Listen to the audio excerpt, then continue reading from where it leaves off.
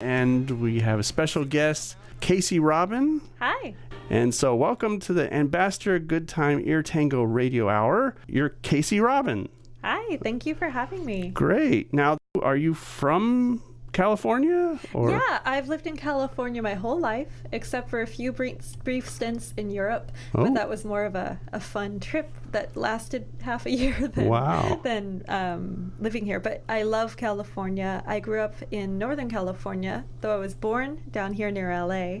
And I spent most of my childhood and younger years in Sacramento. So if you've ever seen the movie Lady Bird, that was basically my growing up. Ah, wow. Then I came down to CalArts for a spell, and I went to Westmont in Santa Barbara and lived in San Diego, and now I've settled in LA. So I've lived kind of all over California, and I dearly love California. You went into a Disney program or something? Yeah, I got my start in the Disney Talent Development Program. I was their story artist, and while I was there, I co-directed a short with Justin Sklar, who's a 3D animator there. And it was a fun, crazy time because we had 14 people who had never worked together before, Wow. thrust together and having to create something all as a team without ever having been a team. So there was a lot of team building that was happening while we were also frantically rendering assets and rigging characters and lighting things and doing hand-drawn animation, the whole deal. Wow. So just like students, you got thrown into this kind of program and you made a project. Yeah, we had no choice but to succeed. Oh, okay. Or fail, but that was never going to be an option for me. Okay. And then from there you went on to what else? So from there, I kind of went on to find my own style and my own voice and kind of brand myself as Casey Robin, which is my first and middle name, because someone had already taken my first and last name, Casey Neal. So when I went to buy that URL, it turns out someone already was me. So I went with what my grandma called me, which was Casey Robin. Oh, that's nice. And I developed this aesthetic that's a very kind of warm, mid-century, very girly style.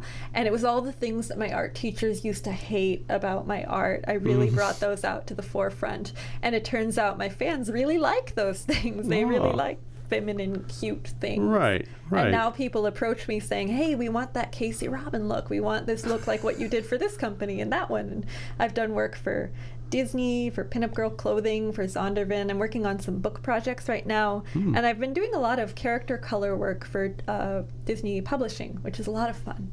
Oh, yeah. Well, I met you at the CTN, at the Center Stage Gallery? Yeah, Center Stage Gallery, and we went there. You went there, and you came in. They had a teen program. Yeah, that was and you fun. got to show all the kids who you were, and you brought in your sketchbooks. And yes, I brought in my sketchbooks to show them how many bad drawings existed alongside the good ones. Yeah. And these were sketches I had made, in my school years where I had some training, but I was still exploring a lot, and there were a lot of misses and a few hits. Yeah. My point being that you really kind of have to get through the bad drawings. Even now, I have to get through a couple of bad drawings before I get to the ones that I like, and they're nothing to be feared. Yeah, and it's funny because if you get a chance to look at any of her sketchbooks, there's some that start off with the sketchbooks holding your hand kind of and saying, it's okay, this is a nice book. Oh yeah, I always get nervous when I start a new sketchbook. I get a little bit anxious, so I have a little sketchbook character I draw talking to me, and I'm talking back, working through those anxieties together in cartoon form.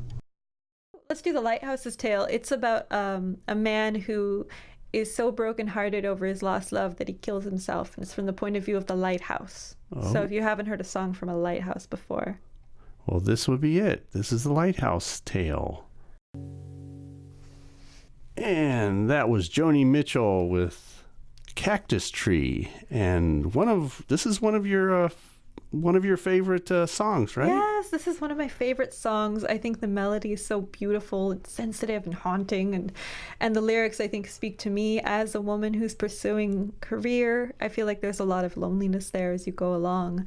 And just in a broader sense, I feel like Joni Mitchell, to me, captures this sense of magic and introspection and a little bit of melancholy, but a lot of wonder.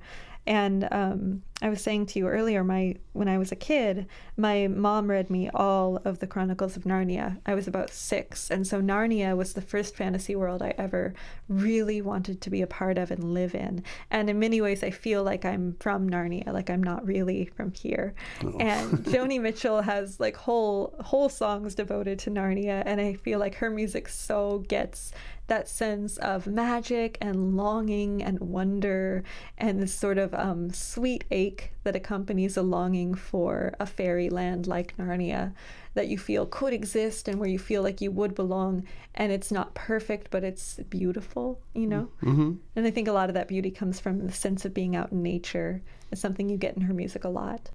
This is Sweet Bride by Kate Rusby. She is my favorite singer. I mean, I love Joni Mitchell, but Kate Rusby is #1 vocalist for me. There's something so warm and personable about the tone of her voice. She's from Yorkshire and she's a folk singer. And this is a song I believe she wrote herself that tells a story about a woman who's unhappy in her life on land and loves the sea and meets the prince of the ocean. And he makes her this offer to come away and be his bride and leave behind everything and go live under the sea, basically. And as a kid who had wished that she could trade places with Ariel, I'm like, yes, go. That's what I want to do. And I had an assignment in school to illustrate a song, and I chose Sweet Bride because I thought it was such a lovely story. And it's the only set of illustrations from my school days that I still sell. I just feel like it was a very magical story, and I was so excited to try and visualize what it could look like. And Kate Rusby is just my absolute favorite. Wanted this one? Yeah, I love this song. So this song, sorry, this is Far Away by Ingrid Michaelson, and this song perfectly encaptures my personal fantasy for what my perfect life would be like, which involves the sea and some adorable curly-headed girls. And I just, this is kind of, if I could run away and start a new life, this is what it would look like. Now, you said there's another song here that you really like. That Let's see. 'cause we can just start. And I listened to it and I actually thought it was quite beautiful, and it very much expressed the way I feel, where there's this small urge that grows in you to do something good, and you take that and you turn it into a little thing, and that turns into a bigger thing, and then it goes out into the world and touches people and becomes something bigger than you. And that's my whole career. That's what it's been, and that's what I hope it will become even more as I go along. And so many of my artist friends experience the same thing. And if you're an artist, I think you know that feeling where you just have this little tug on your heart, and if you don't ignore it and if you nurture it, it can become something really big and beautiful. Oh, can I were a baron's heir, and I could braid jewels in my hair, I'd be as broad as ye are fair. Oh, laddie, would you love me? And I will take you to the tune and show you braw sights, many's the one. And I would wear a silken gown. Oh, laddie, would you love me? Or should you be content, I'll prove in lowly life, unfailing love, a heart that none on earth can move. Laddie, would you love me? And ere the labrock wings the sky, would you unto the forest high, and love with me until we die? Oh, laddie, would you love me? And when the broad moon glistens o'er our lonesome hills and heathery moor, would you not greet that we're so poor? Oh, laddie, for I love thee, for I have naught to offer ye, no gold from mine, nor pearl from sea, nor do I come from high degree. Oh, laddie, but I love thee. Wow. I'm just like, I don't know if I was pitchy on that. I don't know. It sounded good to me. Wow. My dad was like a real vocalist. So Yeah. I'm always goodness. nervous, but I love to sing so much. And I go out into the hills and I just sing and sing, and I hope that someone hears it and goes like, "Hark, what maiden fair sings yonder song?" Who is that? Has captured my heart, and I must go to Oh, her. can I sing you my most magical song? Yeah, The one okay. that I hope will woo someone over the hills. Oh, okay. So this, in case you just tuned in, this is Casey Robin, and she's not only a very interesting designer and character designer and all that, but she can also sing really good. I love to sing. Well, part of what brought me into animation was the songs, the music, Little Mermaid, that kind of. So I like to kind of pretend that I'm a magical pixie out in the woods, and that someone will hear me singing and be like, "Oh, magic." Also, I sing while I work a lot, so I think my roommates are just like, "She's crazy."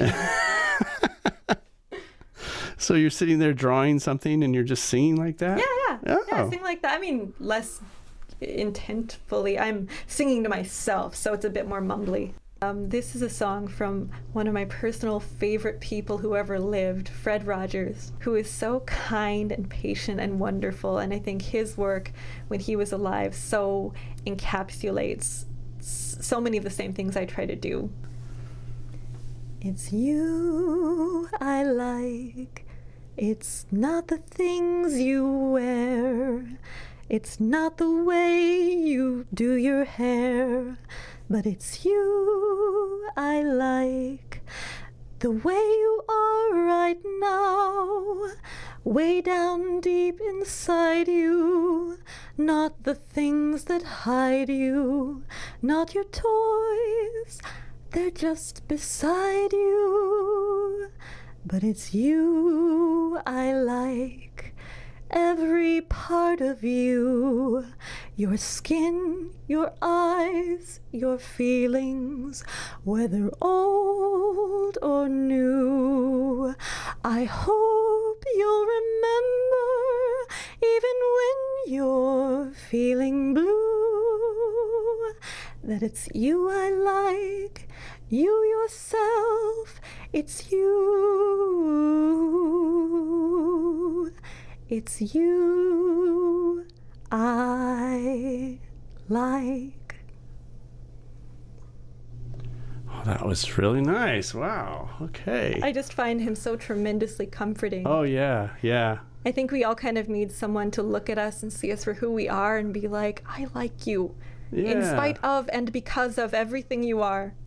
Yeah, I mean, this is when you see the documentary, there's a lot of good, interesting stuff in there. I'm very excited to see the documentary. As I came when I was so busy and I had my head in the sand, but I just put it on my queue. So yeah, there's that. It's also funny because the people he worked with were some real, kind of burly guys that were, the totally opposite from him. And but he does some things in there that are, you'll like it. You'll really like it. I'm not going to spoil it. One thing that I think Fred Rogers embodies that's relevant to animation is the sense of sincerity, and I think it's something that we've kind of lost in a lot of our modern animated films, is the ability to be honest, sincere, and earnest with your audience. I think that Inside Out captured this beautifully. I think Pixar often gets this kind of sincerity right, where you respect the audience enough to share your feelings with them and be straight and not be glib and not hide behind snarky jokes. And I love that about Mr. Rogers. Yeah, he was a good guy. Yeah, he's my favorite. Yeah, so you told me you were working on some. Now, have you written a book already, or you're kind of working on it? So it's in the works, and so I'm working on an illustrated novel trilogy, and I'm retelling the myth of Medusa from her point of view. So I've written all of book 1. We have some interest from Scholastic, Harper, possibly Archaea. Where we're at right now is my agent, who's also kind of helping me out with editorial what do they call it, developmental editor. He's acting as that as well. He's reading it over and getting back to me with a few notes for improvement, and then we're making a formal pitch. It's been in the works for a long time, and it's been rebooted several times by myself, because I'd reached a certain point, realized that I'd strayed too far from what I wanted to say, and kind of bring the story back around. Pretty pleased with where it is now. So as a writer, I mean, you kind of write a bunch of stuff out there and just kind of put it away for a little bit. Yeah, it takes And some then- time to get the perspective. And even if you're Yeah. telling the same story, sometimes it's like, well, yes, but how best to tell it? Do you start at the beginning and go to the end, or do you Right. start halfway through and use some early things as reveals? You know, we've restructured it so much that the art I originally made to pitch it is no longer relevant, even though it's quite lovely. So that needs to be redone. Wow. So you're working on that, and how long have you been doing that? Oh I mean, gosh. Originally is it a I was long developing time? it thinking to pitch it as an animated musical. There are songs that I've written would be amazing. But at a certain point I realized that I wanted to have more authorship over the story, so I held Right. off on pitching it. And I kind of reworked it. But I got the idea back in like 2010. A long time ago. Oh, I mean, I okay. wasn't active on it that whole time.